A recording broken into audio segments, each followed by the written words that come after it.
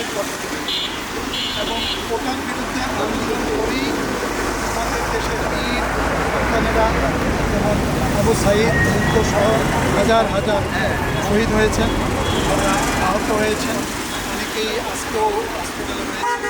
অনেক আগে ছিল কোটা বিরোধী বাংলাদেশ হবে, বৈষম্য বিরোধী বাংলাদেশ। আমাদের দাবিও ছিল কোটা থাকবে না এবং বৈষম্য থাকবে না।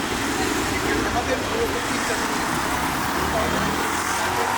প্রফেশন এই যে ক্যাডারের সচিবালয় সচিব ওই ক্যাডারের ডিসি ওই ক্যাডারের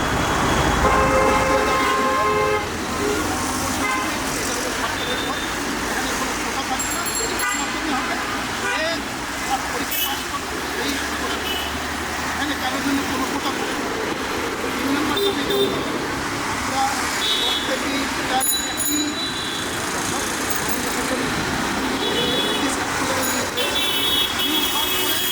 আমার 17তম ব্যাচের এরা এডিশন সেক্রেটারি হয়ে গেছে, সেক্রেটারি হওয়ার আমরা 4th গ্রেডে রয়ে গেছি।